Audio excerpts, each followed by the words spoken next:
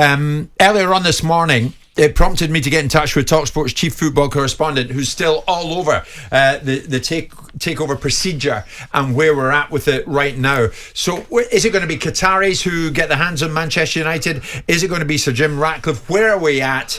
And what kind of takeover deal is it likely to end up being? Alex Crook joined me earlier.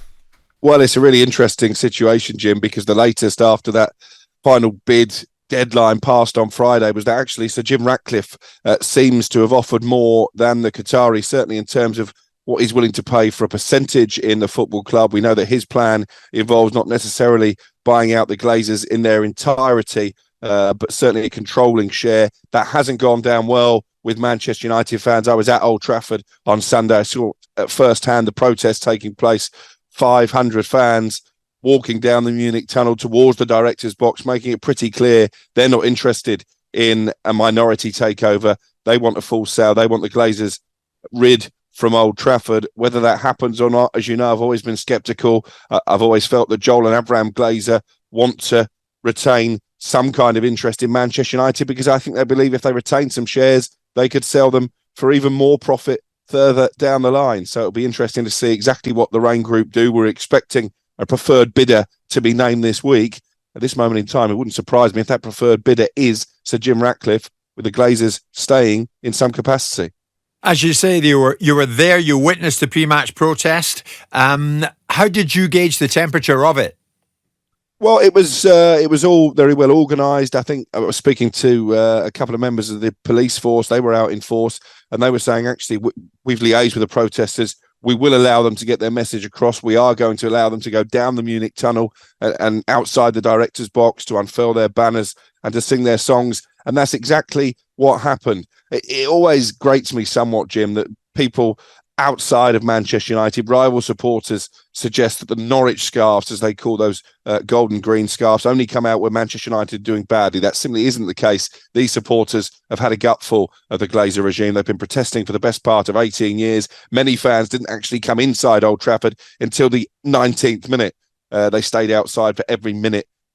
A minute for every year the Glazers have been in control. So I think this is going to continue to be a very hostile environment. What you have to say, though, about Joel and Abraham Glazer is they have thick skin, don't they? They don't seem to be perturbed in any way by what the fans think of them. And as you say, many chanted full sale only. In other words, no further involvement with the Glazers. I mean, is Sir Jim Ratcliffe likely to take any bit of notice to that?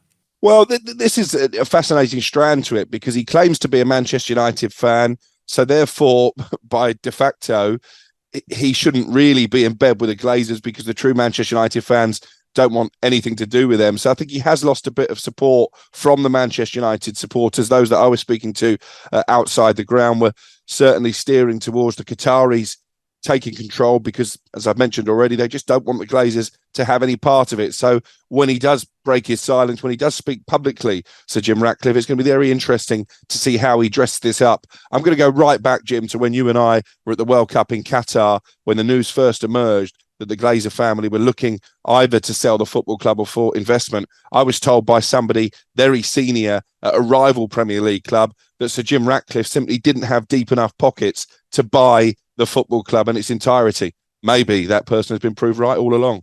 Elsewhere, Alex, still no official announcement regards Pochettino and Chelsea. Is there a latest on that one?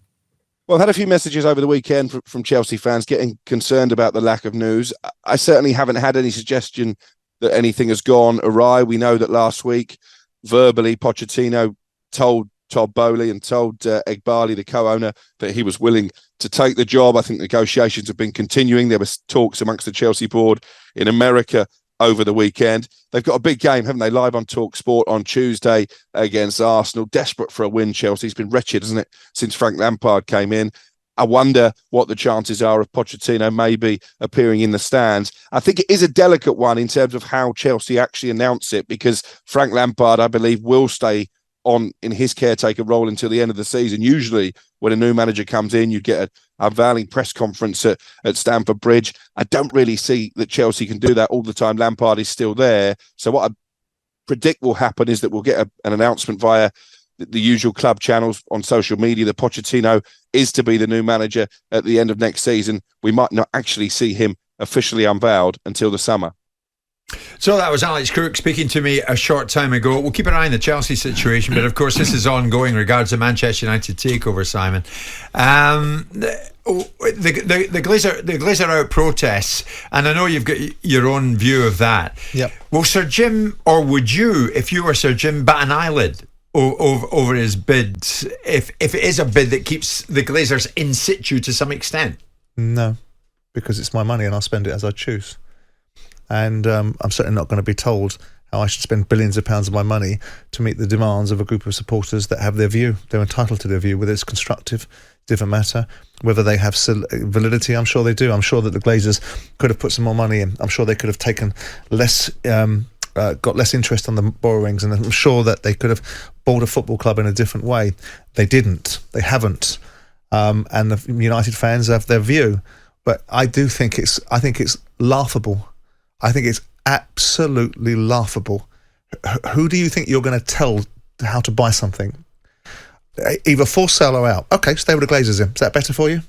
So Jim Radcliffe will come in if that's what he wants to do. And this idea that he hasn't got deep enough pockets, it's a bloody silly. Of course he's got deep enough pockets. He just doesn't choose to spend a significant proportion of his well-earned fortune on a football club. It's not laughable to the people who are protesting, though, Simon, because it's their club, but it is, and the club. But it is. They care about their club very dearly. But it is laughable to suggest that you're going to suggest to an individual that unless you spend precisely what the Glazers want to take them out, we're not going to accept you when you take them out, the bulk of them out. A deal gets structured in a certain way. So what would you rather have? Would you rather have the Glazers having 75% of the football club and doing precisely what they want? Or would you rather have them having a legacy position of 20% and a new guy coming in and perhaps through the gears and through the time buying the football club and buying the rest of the shares? Which would you rather have? Because neither one of them, by the way, can you control. I mean, it's almost laughable to suggest that you're going to dictate to a billionaire how he buys something. Really, when you sit and think about it, how are you going to... Well, you're in Last Chance Saloon. What does that mean? You're not going to get this. We're not going to support that. We're going to create background noise. So you've got the Glazers there, and we all know it's well rehearsed, and I keep seeing these pictures up on social media. Right, Jordan and Souness, we were booing when they were winning. Okay, fine, we got it. Right, you were booing when they were winning. Well done, chapeau, wonderful. Right, you didn't like Martin Edwards very much either, and probably you didn't like Lewis Edwards either. Right, and anything that doesn't give you precisely what you think you're entitled to your football club, then you're not going to like. So let's just say, for the sake of this argument, the Glazers are the worst people that God ever put breath into. Right, what they did was they bought a football club for 200 million quid, and like most businessmen, they leveraged a purchase and they've made a fortune out of it. I know it's a shocking thing, but those players that have passed through the hallways over the years that have made fortunes out of football, that's all okay. But anyone else that owns a football club can make a fortune, not okay. So now you've got them, right? And now you're seriously going to sit there and suggest that someone coming in is only going to buy the football club precisely as you want, while you're sat on the sofa with your hand on the front of your pants watching television on a Saturday afternoon or whenever it is. I do. But that's not fair. I think it's outrageous. I'm sorry. What they're basically saying with the we want the Glazers out. What they're basically saying with their protest is go, leave the club to us, let the takeover and happen, that's fine. Take your money, but don't come back. And that's fine. But if someone isn't prepared, the problem you've got, right, and this is where their argument has validity, the Manchester United are not worth £6 billion. And the Glazers are only going to sell it for what they think it's worth. And they're not going to budge 1 inch based upon a group of fans shouting at them. They're not going to, right? So now you're going to turn around and say, we'd rather have a Middle Eastern consortium. So on the one hand, the Man United fans have been looking at Newcastle turnover going, oh, not sure about that. Look at that murderous regime that's owning that football club. But we're quite happy to have a regime that's not particularly palatable either, because it suits us, because they're worse or better than the Glazers. Or we'll get Jim Radcliffe to come in. He'll take the Glazers out. He'll leave them with a legacy shareholding, which has no controlling influence over the football club. But out of sheer bloody-minded principle, we'd rather turn around and say we don't want that either. Well, then get together, en masse, all the Man United fans, raise £6 billion and buy it. Or get realistic and accept that the idea that the Glazers are here in some shape or form, and if it were me as a Man United fan that disliked them, loathed them and hated them with every fibre of my body like they do, which would I rather have? Them controlling the football club still, or them having a marginal stake if I was given the choice? Or would you be banking on Sheikh Jassim coming in and getting the club 100%? Let's have that conversation. Is this what we want then? Our most iconic football club, probably, now being owned by Middle Eastern money. I'm pretty sure Man United fans in the past have had a few observations about how Man City's money has arrived. I'm pretty sure they had an observation about Newcastle, but it's okay when it's us. The hypocrisy knows no bounds. So whilst I get their rancor and their ire at Glazers, get over it. And if Radcliffe is going to walk through the door and is fool enough to buy his football club so he can listen to you lot pee and moan about what you do and don't like for the rest of his natural born days, they should be bleeding grateful. Bank holiday Monday, just what the Manchester United fans wanted to hear. We're coming up to 11:45. Jim White and Simon Jordan. Monday to Friday mornings from 10 on AM, on DAB, via the talkSPORT app and on your smart speaker. talkSPORT.